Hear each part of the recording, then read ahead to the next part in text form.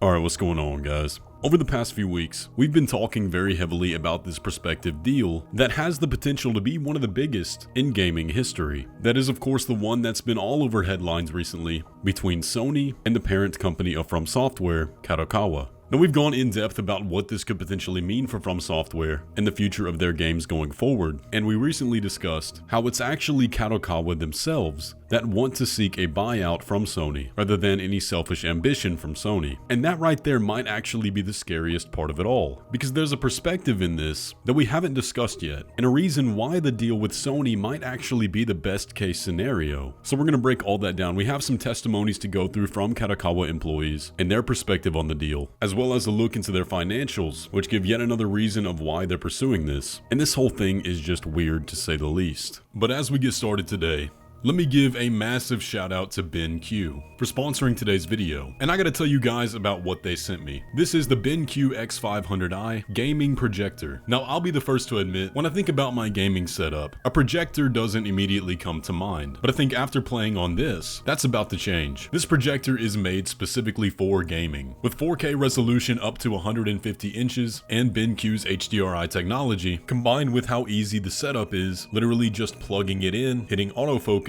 and you're ready to go. I was blown away. Also, being a short throw projector, it can work in almost any space, only needing a few feet to cast a 100-inch projection in 4K. And one of the best things about it is that the input lag is virtually non-existent. So do yourself a favor, perhaps get yourself an early Christmas gift and check out the links down in the description, because I've been gaming exclusively on their products for over 3 years now and cannot recommend them enough. And who knows, the key to creating your dream gaming setup may just be a gaming projector. But now let's get back into the video. So as I'm sure you're all aware, the deal between Sony and Kadokawa has hit a bit of a roadblock. We talked last time about how Sony is only wanting to buy a small portion of Kadokawa, while Kadokawa is seeking a full buyout. According to Bloomberg, Sony is interested in their anime segments and gaming segments, which are of course Sony's wheelhouses over there in Japan, and if this deal were to go through, we could be looking at Sony becoming a monopoly in these, which everyone is going to have a perspective on, and oftentimes doesn't lead to the consumer's best interest, but it's easy to see why a deal like that for Sony would strongly benefit them financially. But Kadokawa is saying on their side of the negotiation, if you want our anime and games, then you need to do a full buyout. Now, of course, Kadokawa is a massive media company with all different kinds of business segments, ranging from publications in manga, movies,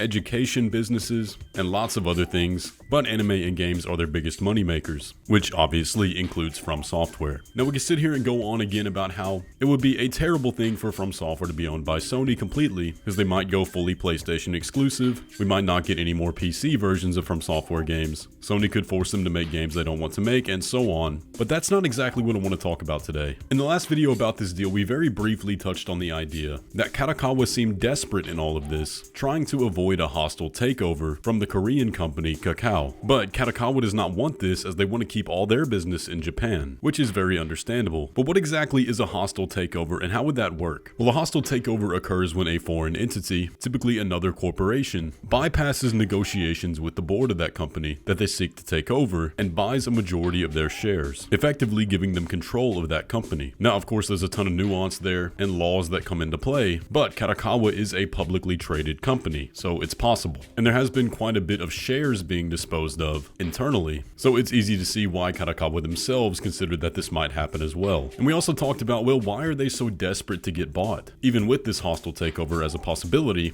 one reason is the cyber attack that they've been dealing with the repercussions of for the greater part of a year, but I wasn't sure how badly that affected them financially until I saw this statement they put out not too long ago regarding the effects of the cyber attack and recording of extraordinary loss. And you can see there in the final paragraph, they're having to downwardly revise the net sales by 8.4 billion yen for the next fiscal year, forecasting an extraordinary loss of 3.6 billion yen. So as you can see, that's not looking too good. Now, one other thing on the financial side as to why this is happening is that Kadokawa has been making themselves debt-free. Now, debt typically comes as a negative connotation to some people. However, a healthy business has quite a bit of debt. Now, sometimes that can be perceived as a sign that the business is looking to liquidate. So it's just another puzzle piece painting this whole picture. later as to why all of this is going down. But why are Kadokawa so afraid of Kakao? Well, with a simple Google search, you can find a very extensive list of controversy the company has been in, one specifically pertaining to the kind of things Kadokawa produces, being that Kakao is known for mass producing low quality content, specifically in their games. But of course, the company has such a wide umbrella, it'd be like doing a Google search for negative perceptions of Apple. You could find plenty, primarily a byproduct of it just being a giant company. But still, that's there, and Kakao has done hostile takeovers in the past. Now at the moment, Kakao does own about 9% shares of Kadokawa, and to complete their hostile takeover they would need more than 50%. So you can see the picture here of why Kadokawa can notice stuff like this, and as well for the reasons mentioned earlier, wanting to keep things in Japan, having a long history with Sony, would start negotiations with them. And that's why Sony might actually be the best option in this situation, even for us as fans. If Kadokawa cannot truly continue operations the way they have without a buyout, then among all the alternatives, Sony does fit the bill the best. Some others that might be considered, we could potentially be looking at Microsoft, although they're a pretty big stranger to Japanese anime and manga, which probably wouldn't be good for that side of the business, or for us as fans of that medium. Tencent may also be another alternative, although Tencent themselves are no stranger to having the negative opinion of gamers. Although like Sony, Tencent has worked a lot with Kadokawa. They already have a relationship there, so it wouldn't be completely foreign to their companies. But Kadokawa loses the Japan side of things in both of those situations, which is why we can see that Sony here is the ideal. And take a look at this statement from a Kadokawa employee that works with anime. If the acquisition goes through, Aniplex will be able to secure a stable supply of Kadokawa's popular original works, just like Kadokawa's anime division. If we work with Sony, we can complete the whole process from the original work to the global distribution of anime. But it's too dynamic and unrealistic, said the aforementioned Kadokawa employee. And that seems to be where things stand, and the question that's going to determine if this deal goes through or not. Is it too big to happen? And we're back to that roadblock in the negotiations. Sony only wants part of it. Kadokawa wants to be bought outright. Now, irrespective of your opinions on Sony, if it is true that Kadokawa cannot go forward without being bought, then we probably should be rooting for them. Sony is very likely to be the best option, and the best chance at FromSoftware remaining exactly as they have been. They've worked together several times in the past, and even though the situations might have been rocky, specifically with Demon's Souls, we still got great games because of it. It just sucks that there's blood in the water and sharks are circling Kadokawa. But there's a couple of things we gotta keep in mind about all of this. First of all, it is still not confirmed that Kakao is attempting a hostile takeover. It's still just a rumor, technically. And Sony and Kadokawa have been in these talks for a long time. It's been several years, and it could be several more before we ever see any fruits of this or news of the deal actually going through. We just covered in the last video how FromSoftware already has a wide variety of games they're working on right now. So for the next 2 to even 5 games of theirs, those will be totally unaffected by this. It's gonna be a long time before we see any positive or negative effects of this deal on FromSoftware games. So even while I was guilty of saying at first, oh, this is terrible, I don't want Sony owning them, Sony might still be the best case scenario. But you guys let me know what you think about all of this down in the comments section below. In context of all this other information, once again, assuming it's all true, the hostile takeover could happen and Kadokawa desperately needs to sell, would you then want Sony to buy him out? Either way though, if you enjoyed today's video, be sure to leave a like on it and subscribe if you're new around here. Go show some love to BenQ for me, and I will catch y'all in the next one.